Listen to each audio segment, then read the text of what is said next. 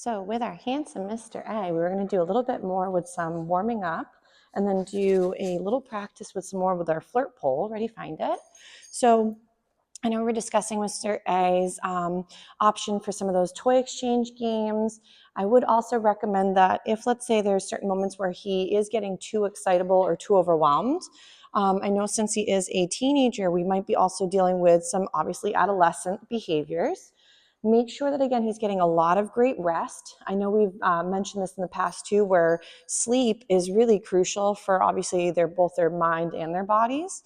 But I find that adolescents are especially unruly, and so are younger puppies, when they're not getting enough of that really important rest time. So if he is more of a busybody, yes, nice job, and he tends to follow you around or wonders what the kids are up to or whatever the distractions might be, I really would try to manage little moments where throughout the day he has a lot of really great little rest periods. Ready, find it. So he's doing really well. Again, this is not his first rodeo. The other three beauties, it's their first day at the structure. I'm sorry, that was Tuesday. The structured play is on Tuesdays. And then this is, again, our doggy day school. So don't mind me with my inability to focus at times, just like your puppies. My littles are sometimes keeping mommy awake a little longer than I'd like. So with Mr. A, he did a really nice job with some of these warm-ups, with some movement, some find its with orientation to you. Yes. We may even find that, again, working some of the pattern games to be really helpful for him if he's really struggling sometimes with those big emotions. So there is like the up-down game, which I know I may have mentioned for some of the other babes in the past. So this one consists of, if let's say he looks at you, you go yes and feed. You don't have to have the puppy in a sitting or a down or a stand position, whatever works. He says you might as well get comfortable. If you're finding that he's looking at your hands, the up-down game consists of when your dog gives you eye contact and they give it on their own, you're not cueing them for it, you would go yes and feed the dog. The moment he glances back up into your eyes, yes, and you'd feed the dog again. So the benefit of this game, and you can have a few items ready in your hand. I'm just going to fix my pouch right here. Because if, let's say, you are not as quick, sometimes the timing doesn't work out as well. So again, hands could be behind my back, so he's more so eye gazing in my face. Yes. So every time you would do this, he would then be fed for the floor. And this way, every time he gazes up at you, that's what's giving him the reinforcement. So this can be really helpful for dogs that tend to lose focus when they get flustered, because for a lot of them, if they're feeling really overwhelmed, honing in is just not on the repertoire when you're feeling a little bit flustered. So right here, let's say he's doing really well. To start off the up-down game, you would again put the food on the floor first, let him go grab the food. The moment he looks up at you, yes, and feed for that. So this way you're building up that the moment, yeah, nice job, he gives you those eyeballs, he gets a little bonus bit. Yes. So again, the reason I like to rotate sometimes through play and then some focus on you, yes, is it does help with that kind of going into the woohoo moment and then, yes, coming back from it. Nice. So let's say he's doing really well with this up-down game. There's also the other version, which is called the ping pong game. This one, my darn hoodies keep driving me crazy. They keep riding up and I don't want my mic tickling my chin and then sounding funny. So for Mr. Handsome right now, when he gives you those eyes, the ping pong is a little bit different where he would then be moving to the left or the right to go grab those snacks. So let's say again, he gives me those eyes, I go yes, and then toss the food to the left or the right to get him up and wiggling. Then from there, I'd be waiting for those eyes to hit me again, yes, and then throw the food. So even if it's a side glance in the beginning, like let's say he's not the greatest, right there, nice, at giving direct eye contact, if your babe is not as comfortable doing so, you can just, yes, feed the moment they kind of look in your direction as well, and then kind of shape up to the full gaze, yes. So right now, Mr. Handsome is getting some goodies for honing in on me versus the environment or the sights and sounds. So if I do lose him to the environment, remember there will be moments where he's feeling cozy, he really wants to play, so I might as well grab the flirt pole for a moment. I'm going to see if we can play first with the not as exciting version and then rotate through the toys. So there are some, so for the boys that are in the program, some of them really love the sheepskin and others really prefer the nylon one. There we go, they're just a little tangled. So we'll try a little bit with this one. So just like earlier, we'd say, are you ready? And then we'd go, he's got speed mode on, both his ears fell backwards. So we say, are you ready? And then go get it. So now the toy comes alive and we try to chase that bad boy around. Again, I don't want to make it too hard for him. So I do keep it on the floor because we don't want him to, by accident, jump up high and then in his attempt to grab for the toy, land funny. So I know there's also the safety strap here for an important moment. If you were to grab the toy and start tugging, we don't want to by accident let go of the pole and have it bonk him. So again, we go, are you ready? And he's like, lady, I was born ready. Ready? And then we go ahead and make the toy wiggle. He's got half speed mode on. Nice. So don't forget, part of the fun is also catching the critter, but it's not going to start moving again until we let go. So right here, yes, and we can have it wiggle. It's like I almost caught it. This is the greatest day of his life. Right there. Nice job. So obviously too, if you don't have a fenced-in yard, you can still play this game. You can have him drag like a longer lead, or for example, have him on a tie out. That can sometimes be easier, but it's whatever works for you guys. You ready? And then I might ask for a little sit. He's like, my brain melted. So if he's a little bit unsure, right there, so close. What a good job. And then we say, you ready? Go get it. And now the toy can come alive. This is greatest day. There we go. So, and I don't make it too challenging. I want to make sure that it feels attainable. So when he goes and lets go, I might say, you ready? And then if he's soft and not going right for the item, I'd go get it. And now the toy can be alive again. So close. He's like, I've almost caught you, critter. Nice, right there, beautiful. So if you guys do have a Flirt pole, this is again Squishy Face Studios, just one of the brands that I tend to go for. They're very durable. Their attachments are quite nice. The sheepskin attachment is from a different company. If you do prefer the sheepskin, that's an option. Just remember that for some babes, if they already are very eager for certain things, I find if there's movement involved and the toy itself is also really exciting, it could be too many exciting things altogether. You may find that the nylon attachment that comes with this original brand to be a better option for him because you're not getting him so jazzed about the toy itself, but more the movement and the practicing that on-off. So you ready? Go get it. Good catch, sir. So for him, it comes in a squeaky version and a non-squeaky. I happen to grab the squeaky one because I wasn't sure what some of the babes would like.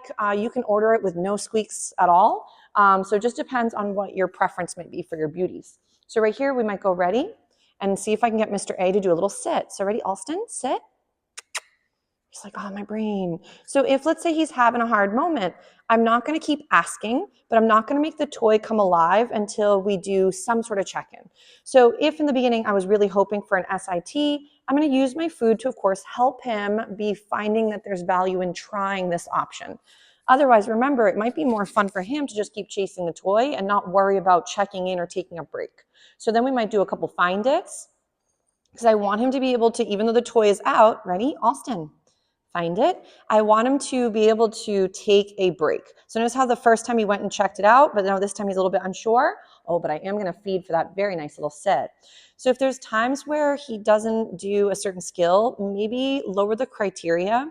See if he can do a step below it and then still find that to be reinforcing or in the direction you'd like it to go. So right here, we'll feed again. Nice, because he's actually quite soft right now, which is really pretty. Before, when we'd sometimes start with the Flirt pole, because he's been coming for a few sessions now, is that you wouldn't really see this quite as readily. And it's not because I work him so long that he then gets fatigued. I want him to be able to go from being like kind of woohoo to, okay, I can focus or I could check in. So this is really pretty. So now even near his toy, he could take a break or take almost a breath. So this is kind of how you'd practice with things he's allowed to play with. So that way you're encouraging sometimes this softness or taking a moment from the chaos that could be the fun part of also practicing. Nice. So very pretty. So then we might say, if we're doing such a nice job with this, we might say, are you ready? And then we might make the toy come alive. You ready? Go get it. And then we could play again for another few little laps. So, but this also makes sure that play is not getting too rowdy, physically or mentally, for the handsome guy. Nice catch. Almost had him. There we go. So Because if it's always go, go, go until you run out of fuel, then your babe never quite learns how to put the brakes on. Very nice job, Mr. A. So I'm also capturing these moments where he lets go and he checks in, he gives me those eyeballs. But maybe let's say mid-practice, you could go into working another skill, like maybe he does the ping pong game. So he gives me eyes and then yes, and I toss the food to the side. So again, I'm waiting for him to come back and check in with my face right here. Yes, and we do again a little find it, which again, technically it's the ping pong, but I'm so used to my find it's before I ever found out about my control unleash pattern games down the road. So right here, he's just checking out the water dish. I think he's gonna go for a little drink. So when at home, you may find too for him is if he is sometimes struggling with certain tasks, maybe make sure have some of his needs been met. So for some of the babes, he's such a loud drinker.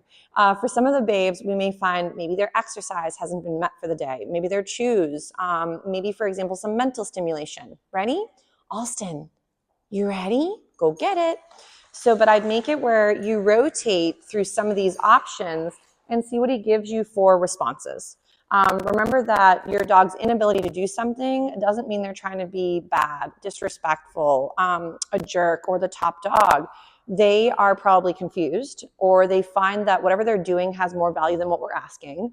Or at times we've been very inconsistent, and sometimes we might reinforce things on purpose, and other times we might reinforce them by accident, by maybe giving a lot of negative attention.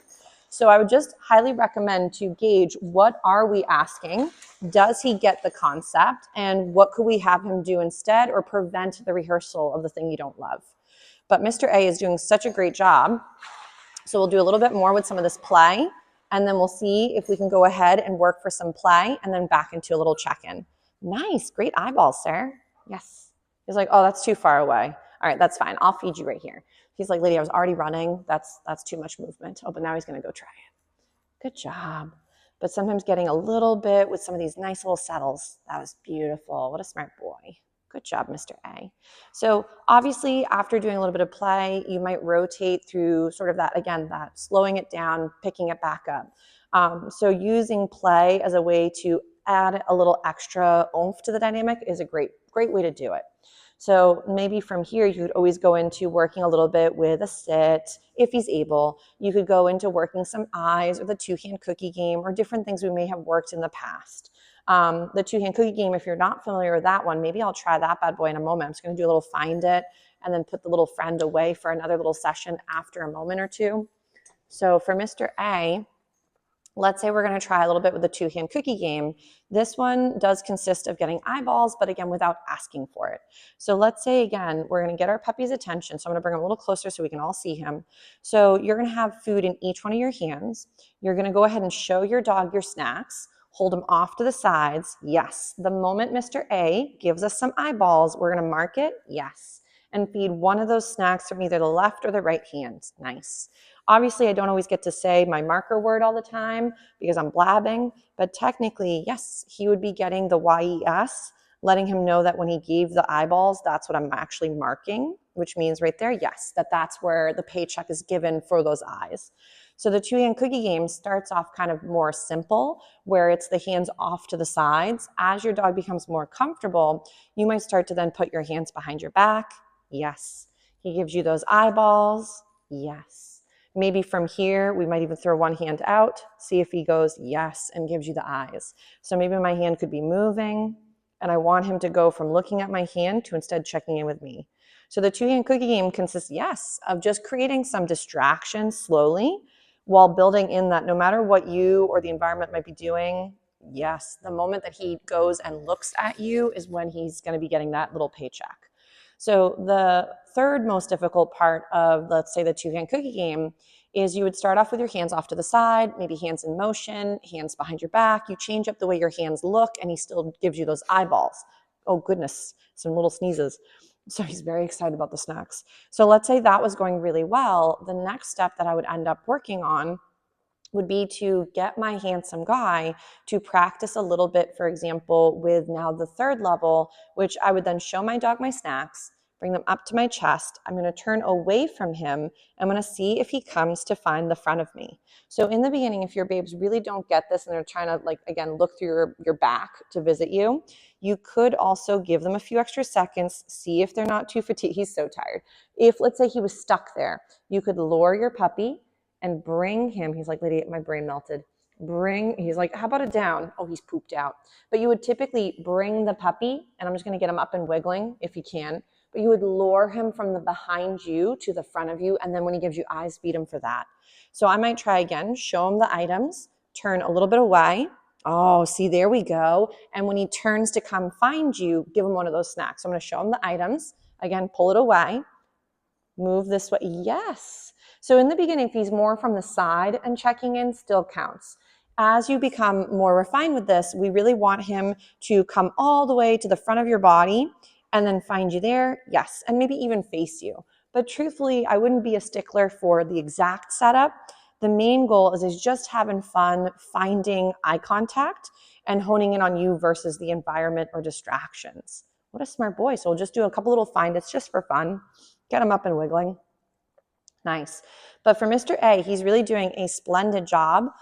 His practice with the toys was going really nicely, and he did a really nice job with the flirt pole, kind of putting, again, that on-off switch or putting the gas on and the brakes on.